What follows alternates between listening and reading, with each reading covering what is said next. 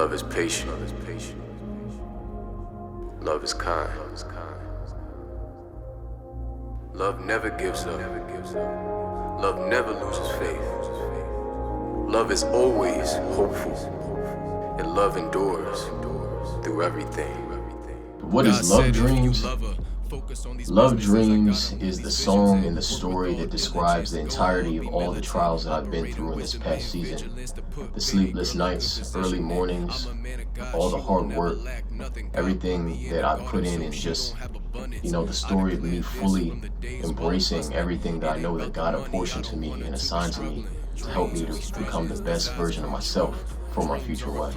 When I think about you, dreams, visions, desires come true. Before I get into all the nitty-gritty and the fine details of what Love Dreams means, I really want to emphasize why the release date of Love Dreams is so meaningful to me. So, Love Dreams is to be released July 5th, 2025. And 3 years ago, exactly 3 years ago, July 5th, 2022, I, as a healthy 23-year-old, suddenly had a stroke. And during that time, for a period, I lost my ability to articulate my words. I also lost my ability to think of the words that I was trying to say. And when I had the stroke, I was 10 hours away from home, and from any family, any help.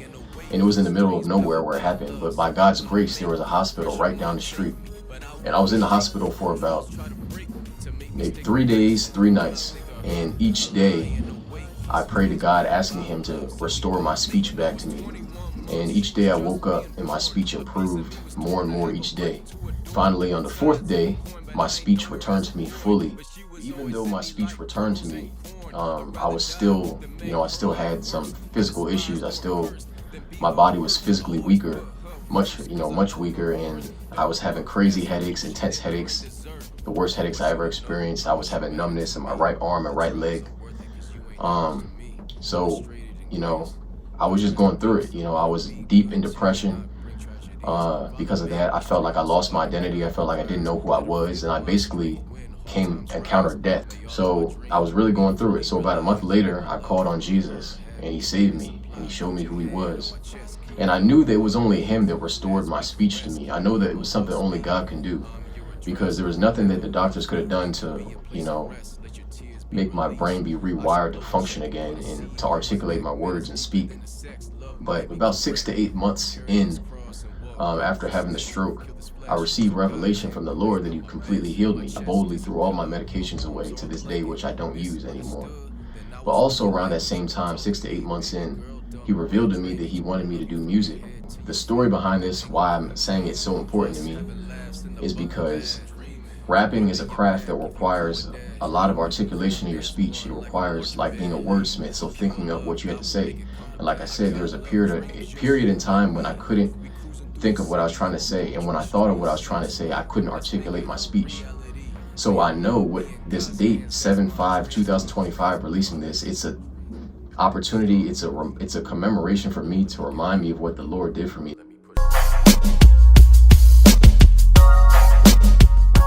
Yeah, so back to the story of what Love Dreams is about, what it means. So, God loved me before I loved Him. The Bible says that, we love God because He first loved us. And the Bible also talks about love your wife as Christ loved the church. And biblically speaking, Christ, His wife, His bride, is His church, His people. That's who His wife is. And He loved His wife. He loved us by dying for us when we didn't like Him. When we didn't like His way, we rejected Him. The Bible says that when we were yet sinners, Christ died for us.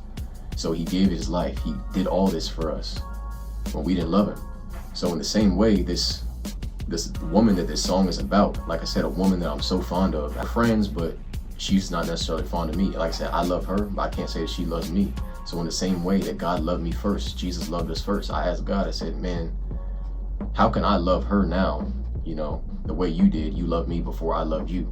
And what He revealed to me was to basically focus on this business that He's spoken to me. So about early 2024, I was dreaming and the Lord spoke this business into me called Nothing for Everything. And at first I wasn't really dabbling into it, maybe because I didn't really have full clarity, but I was just kind of, procrastinating on it. But maybe about a few months later, I graduated from grad school. And I was going to this other city that the Lord wanted me to go to, and believing He wanted me to do music. And it came to the point where I actually became homeless. I was living in my car for a certain period. And I remember that I was eating like McChickens every day. And there was a couple times actually that I had just enough spare change in my car to supply my meals. I knew that I needed to eat, and I also knew that God wanted me to do music, and I had no way to finance it. And I knew that He wanted me to focus on these businesses, so I knew I had to take some job. So here I am, a guy who graduated from one of the top tech schools in the country, Carnegie Mellon, with a tech degree, seeking at one point to be a software engineer. And I already had a lot of software engineering experience, but I ended up taking a seasonal job at UPS, flipping packages. And I would say the hardest part about all that, just doing something that's completely opposite to what I was doing. Like, I had the credentials to do something else, but I was doing this, flipping packages, and really just, moving past, all the criticism and etc. But also that, knowing God wanted me to do music, but I'm saying, God, I can't do music with this paycheck because the bills are eating up my paycheck. I can't do music. So for a long period of time, I actually wasn't in the studio. Yeah. So I'm doing this UPS job, and honestly, I was really just unmotivated to go there. I had a night shift, and so I would take naps sometimes. Sometimes I really didn't get sleep before, and I would be really tired before I went in. I never really wanted to go. And I remember that it was cold because it was the holiday season. And it's a warehouse, and when you work at a warehouse, it's usually the same temperature indoors as it is outdoors. And so I would always have holes in my gloves. It seems like every time I got a pair of gloves, I get holes in them like immediately, the same day. So I have like these brick hands, like, flipping these packages every day. So I didn't want to do it. It's a hostile environment. Everyone is always angry. The manager is like cursing at you like for nothing. It's really loud in that facility. Extremely loud because of all the machinery. And like I said, I was always going in there tired. So I was just completely unmotivated to go. I didn't want to do it. But so I remember I would be kicking my boots through the snow, dragging my feet, hesitant to go and clock in. But it would literally take God reminding me of this woman who like I said, I'm fond of, this woman who I literally refuse to cause the struggle. I don't want to be her reason to cause her hurt or cause her to struggle. So really, like I said, this love dream is about this process of embracing everything that came with the journey God was taking me on, because I was thinking about this woman that I wanted to be a blessing to. Sometimes I would a lot actually, I would consider Jesus. I would think like, if you want to do some research, like his crucifixion was extremely gruesome. It wasn't what people think it was. It was terrible. I don't really have time to get into it, but it was terrible. And I'd often think, how does someone in his condition, with all his blood poured out, intestines hanging out, rib cage showing, crown of thorns on his head, how on earth does he carry a 200 to 300 pound splintery cross up a hill? And I'd always think it has to be the power of love in him, that power, that love inside him that fueled him, because he that bad he wanted to be reconciled with us, that bad he wanted to be with us. He wanted to be with his wife. Like I said, his people are his wife. And I was like, man, that's probably the same way it is for me. This cross that I feel like I'm carrying, how am I getting through this? The only thing that could help me accomplish this is love. And the Bible says love never fails. And that comes from from what Jesus did. And I said, well, if love never fails, if it's real love, then I gotta do it. I gotta do it. But yeah, so, just embracing this process to become a better man. Some things I do, I wake up, I seek God, I pray. I ask God to, give me his will for the day, to give me instruction for the day of what he wants me to do in the day, or to show me something or speak to me about, something, that can propel me in the way in which he's taking me. Be a better man in every way, even if I'm going to the gym, and just working out. Just always trying to improve myself in some way during all this time, this season, just knowing that it's a time of refinement to become the best me I could be. Yeah. So continuing this theme of love dreams, what it means, like consistency and diligence and perseverance and hard work. Another part of that is the past 10 months after I was homeless, I started consistently, just to promote the music that I had. Because I essentially already have like an album at this point. Like I said, I wasn't going to the studio for all these months while I was doing this, but I still had songs that I had already made that are essentially ready for an album. And first I meant to put an album first before Love Dreams, but anyway. So yeah, I was consistently doing these social media videos all the time because it was the true conviction that I received from God for what to do during this process, during this time in my life, this season, to promote this this music or whatever, excuse me. So yeah, that's what I was doing. And honestly, it was hard because it's really hard to be consistent. It's really hard to show up every day because there's so many factors that are outside of our control. There were days when I was sick, and there were days when I just had other obligations that just got in the way, and I had bad planning and, couldn't, show up that day. And there's times when, the person who was filming me, my brother, I love my bro, like sometimes, he might have not been available for whatever reason. So it's just things that are outside of our control, and it's hard to be consistent.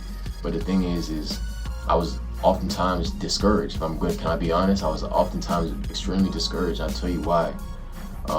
I'll say one reason was because I said I was in this process of a career change, a transition. So honestly, I was at the point, I'm wearing the same clothes every day. If you were to go to my social media and scroll through, you'll see me wearing like, honestly, like a lot of the same clothes. Like it gets repetitive, and social media to, really promote your, music or anything, it takes consistency and a lot of posting, repetition. So the thing is, I was getting like sometimes 2-3 videos a day, and, when it builds up and you can see that I was wearing a lot of the same clothes. So honestly, that was a true thing that made me, feel like discouraged and not want to do it because I was worrying what people would think of me, honestly.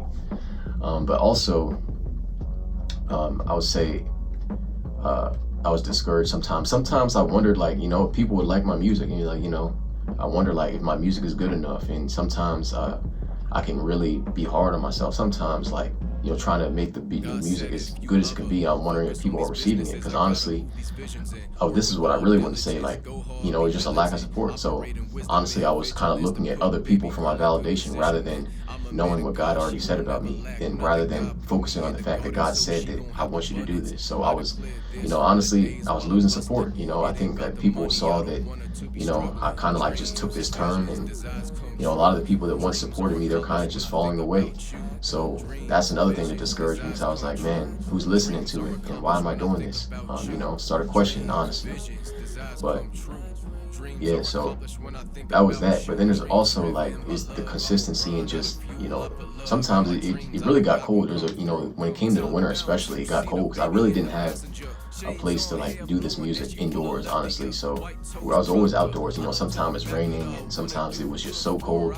But me and my brother, we were still out there like every day, as many days as we could be out there. Still this theme of just still trying to persevere, even though it's hard. Even if it doesn't sound hard, I'm telling you, it's hard road, a hard journey.